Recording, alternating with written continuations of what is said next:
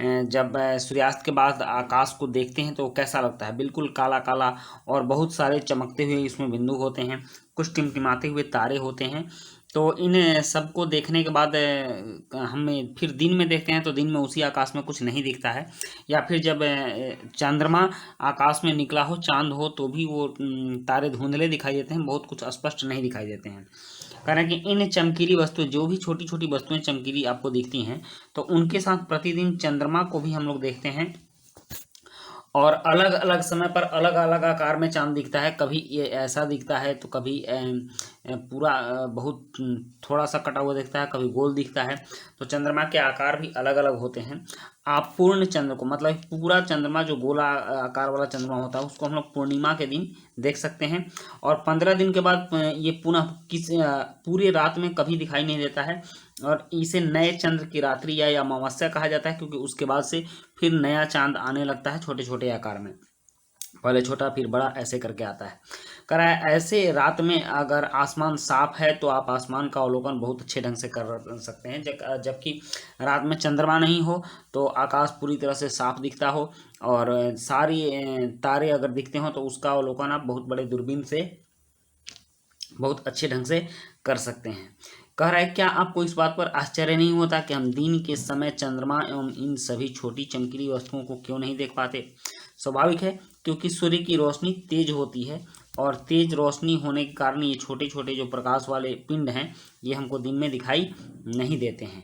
कह रहा है कि सूर्य, चंद्रमा तथा वे सभी वस्तुएं जो रात के समय आसमान में दिखाई देती हैं, खगोलीय पिंड कहलाती हैं। इस चीज़ को हमें याद रखना है कि आसमान में दिखने वाली सारी वस्तुएं, चाहे सूर्य हो, चंद्रमा हो, तारे हो, या ग्रह उपग्रह जो भी हों, ये सभी वस्तुएं खगोलीय पिंड कहलाती हैं।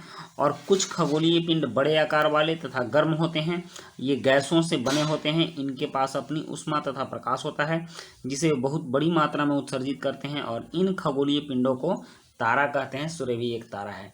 हम लोग जी ये छोटे छोटे लाखों सैकड़ों तारे देखते हैं, ये गैसों के गोले हैं, जल रहे हैं, और इनके अपने प्रकाश निकल रहे हैं।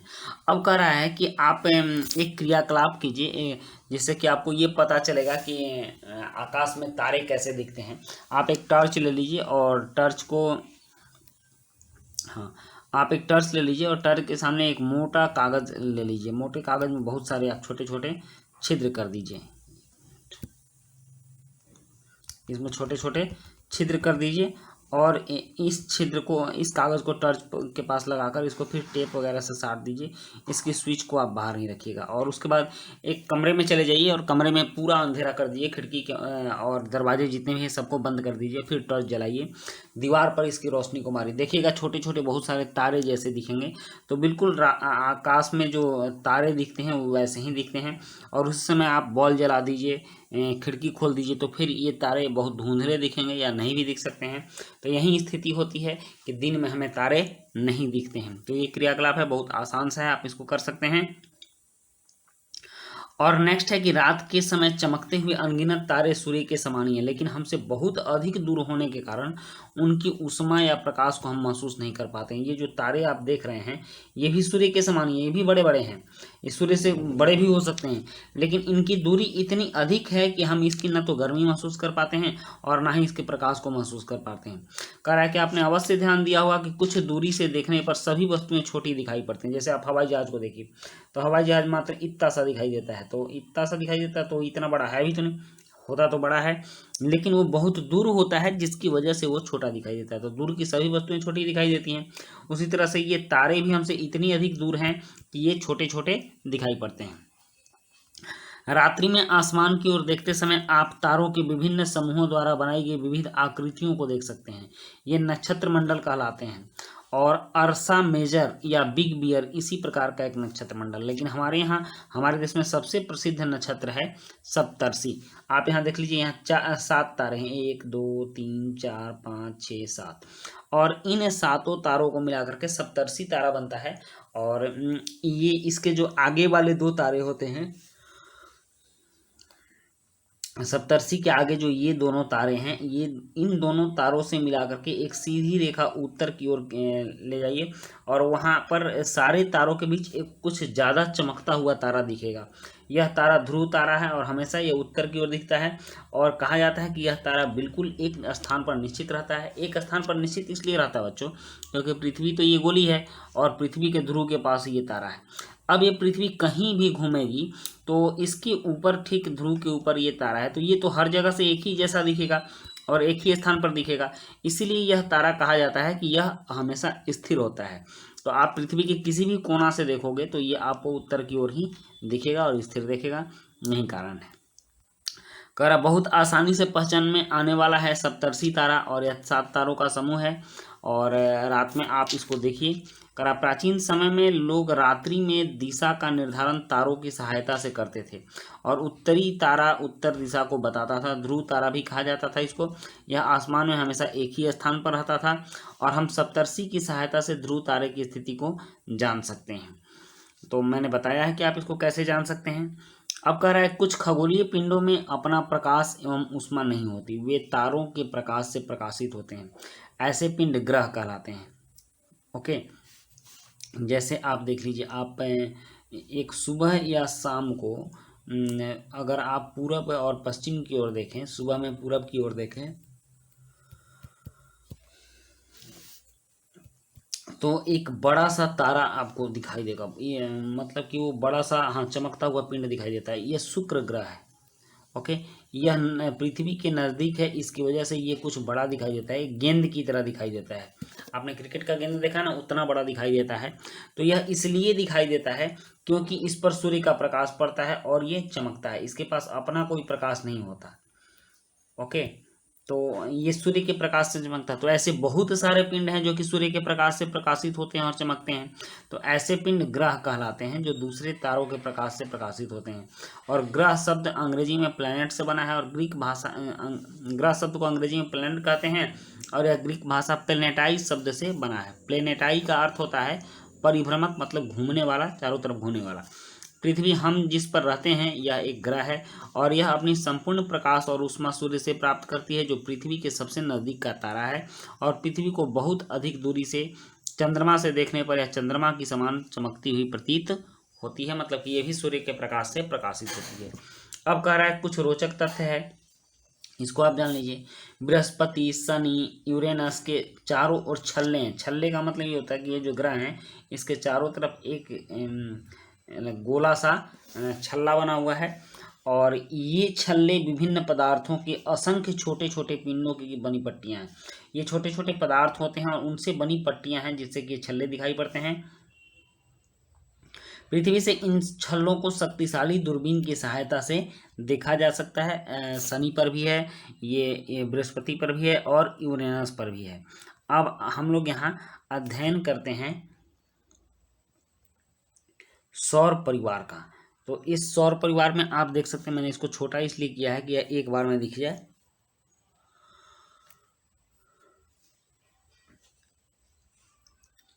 यहाँ देखिए, ये गोला वाला ये सूर्य है और सूर्य के सबसे नज़दीक में ये बुध है, उसके बाद शुक्र है, उसके बाद पृथ्वी है। मतलब कि सूर्य से तीसरे स्थान पर पृथ्वी है, फिर मंगल ग्रह है और यहाँ बृहस्पति ग्रह। तो मंगल और बृहस्पति ग्रह के बीच में एक पट्टी सी जा रही है, आप देख रहे हैं ना, ये पट्टी क्षुद्र ग्रहों की पट्टी है। क्षुद्र ग्रह मतलब कि छोटे छोटे वहाँ पर खगोलीय पिंड हैं और ये हजारों की संख्या में है, लगभग 2000 की संख्या में है, इसलिए इनको क्षुद्र ग्रह कहा जाता है। और ये मंगल और बृहस्पति ग्रह के बीच में पाया जाता है। देखिए, ये बृहस्पति ग्रह है और यहाँ ये मंगल ग्रह है, तो इसके बीच में क्षुद्र ग्रह है। ये शनि ग्रह है, ये यूरेनस है और यूरेनस के बाद देखिएगा तो ये नेपच्यून है। ओके, आप देख रहे हैं नेपच्यून ये हो गया।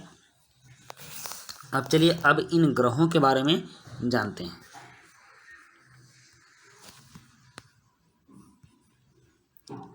हाँ,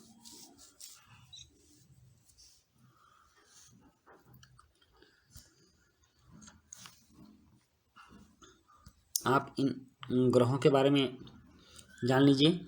करा है। बुध जो है यह सूर्य के चारों ओर एक परिक्रमण काल 88 दिन में पूरा करता है और अपने अक्ष पर 59 दिन में घूमता है। अक्ष का मतलब ये हुआ ये, और इसका अक्ष ये हो गया, तो इसको घूमना होगा ऐसे।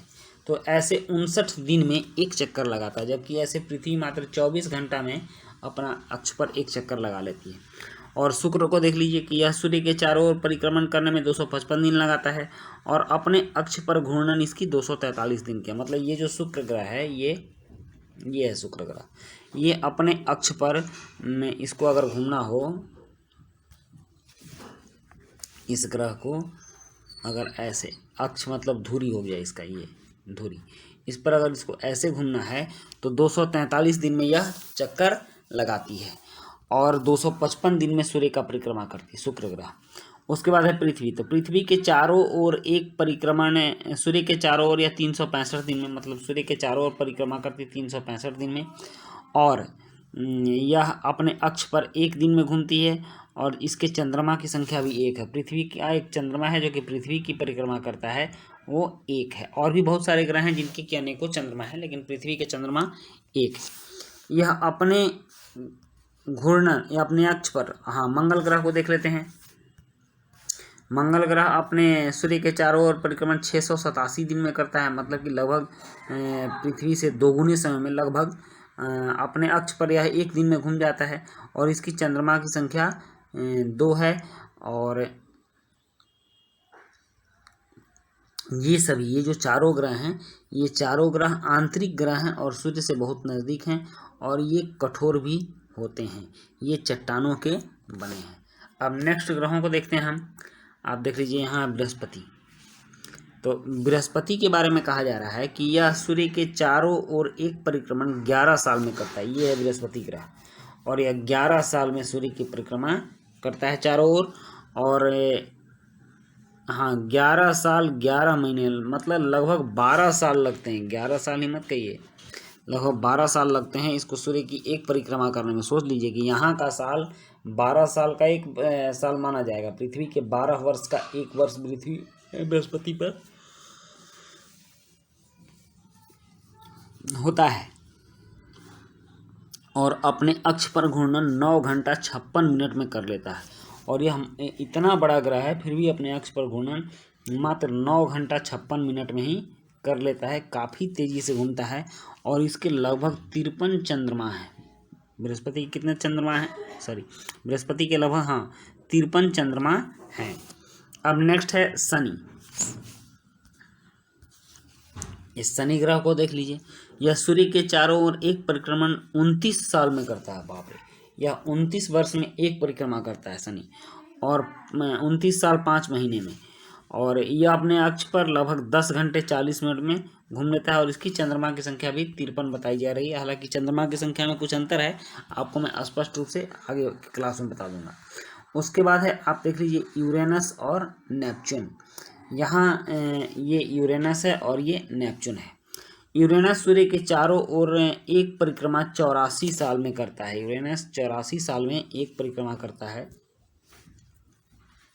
84 साल में, और अपने अक्ष पर मात्र 17 घंटे 14 मिनट में घूम लेता है और इसके चंद्रमा की संख्या 27 है। और नेपच्यून है। नेपच्यून सूर्य के चारों ओर एक परिक्रमा 164 वर्ष में करता है। ये 164 वर्ष में ये ग्रह करता है। ये सबसे लास्ट का भी ग्रह है। अपने अक्ष पर घूर्णन 16 घंटे 7 मिनट, चंद्रमा की संख्या 13 है और इसके चंद्रमा की संख्या 13 है। तो इस तरह से हम लोगों ने सौर परिवार के बारे में जाना। आपने देखा कि सौर परिवार में कैसे इसके 8 ग्रह सूर्य की परिक्रमा करते हैं। अब हम लोग सौरमंडल, सूर्य और पृथ्वी के बारे में नेक्स्ट क्लास में जानेंगे। इसमें और भी बातें जाननी है तो आप लोग इसके पार्ट 1 को देखिए। बहुत जल्द ही हम इसके पार्ट 2 को लेकर भी आएंगे। आपका चैप्टर था सौरमंडल में पृथ्वी। तो मिलते हैं हम लोग नेक्स्ट वीडियो में, तब तक के लिए गुड बाय।